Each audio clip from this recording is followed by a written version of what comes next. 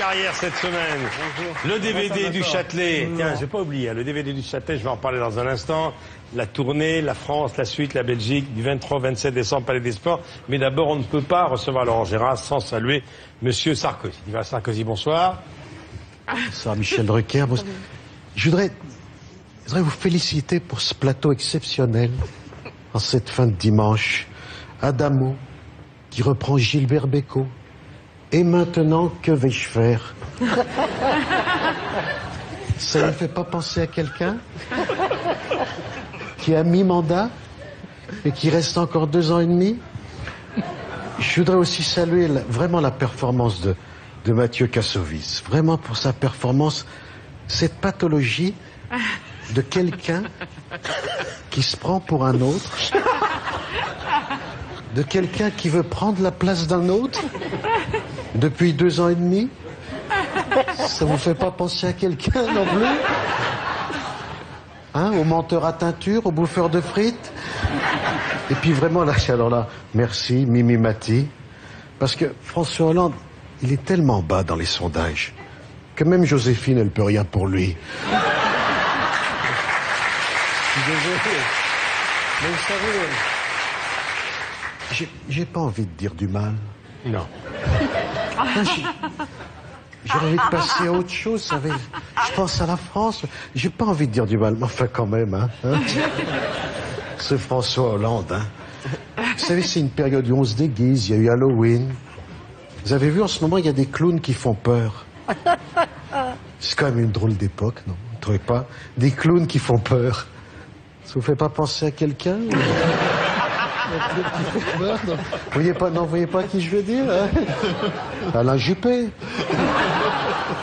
Alain Juppé, justement, que pensez-vous du retour de Nicolas Sarkozy? Mais écoutez, Michel Drucker, je crois qu'il manque à Nicolas Sarkozy un truc que tous les grands présidents de la République ont eu en commun. Quelque chose que le général de Gaulle, Valéry Giscard d'Estaing ou François Mitterrand possédaient au contraire de Sarkozy ou de Hollande. Vous voyez pas? Un crâne en peau de fesse. Je dis juste que pour bien réfléchir au destin de la France, il faut avoir un crâne bien aéré.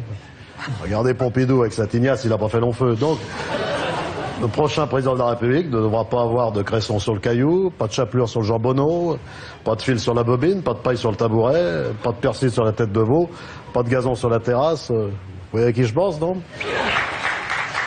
Monsieur Juppé. Jean-Marie Le Pen. Oui, bonjour. J'ai lu qu'il était question... Non, attendez, je constate d'abord, vous me coupez tout de suite la parole, je constate qu'une fois de plus, dans votre émission, on tente de diaboliser le Front National en invitant M. Salvatore Adamo, n'est-ce pas, d'origine sicilienne et belge, n'est-ce pas? Eh bien, nous n'en voulons pas, nous. Et d'ailleurs, je vous laisse continuer, oui. Il est question que vous changiez le nom du FN. Oui, je vois que vous suivez. Et pour prouver, j'ai amené une petite liste avec mes suggestions, n'est-ce pas, oui. Pour le nom du nouveau parti. Alors tout d'abord, j'ai pensé à la Fédération républicaine d'opposition nationale. Le Front. Ah ben non, ça c'est pareil. Alors, si j'en ai d'autres. L'Alliance démocratique occidentale pour la liberté française. L'Adolphe.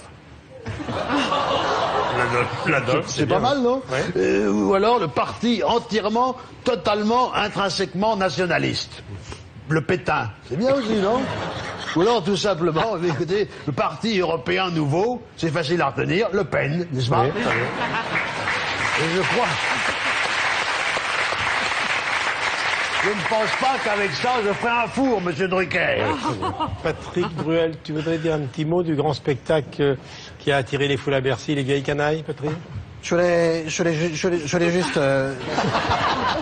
Je voulais dire, quand tant qu'auteur, quand tant compositeur, quand tant qu'interprète, quand tant que comédien, quand tant que chanteur, quand tant que joueur de poker international, en ligne, tu me parles des vieilles canailles, là? Alors je vais juste pousser un cri de contrariété. Ah, comprends pas pourquoi j'en fais pas partie de ces vieilles canailles. C'est parce que je suis pas assez vieux, c'est ça? Pourtant, ça fait des années que je chante des chansons de Dieu. Mon amant Saint-Jean, la complète de la butte, viens Popol. C'est dégueulasse. Mais je pose la question, c'est quoi ce racisme anti-jeune vieux, hein? En plus, avec moi, t'as pas besoin des autres, je les fais tous. Tu mets une barbe blanche, je fais Eddie. Tu mets des lunettes de soleil, je fais du tronc, je peux même faire la flûte dans Paris Soleil. C'est une enfant plastique, c'est dégueulasse. Non, bien. Vieille canaille, t'es heureux? Oui, parce que bon, faut que je te dise comment ça s'est passé au début, à l'origine.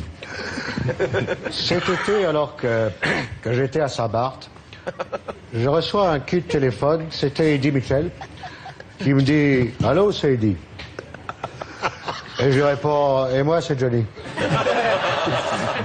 Johnny Hallyday. Et là, il me dit « Dis-moi, Johnny, est-ce que ça te dirait de chanter à 3 avec Jacques Dutronc et moi ?» Et là, je lui réponds « T'es gentil, Eddie, je t'aime bien. J'aime bien Jacques aussi. Mais là, je suis à Saint-Barth, alors je vois pas pourquoi j'irais chanter à 3. »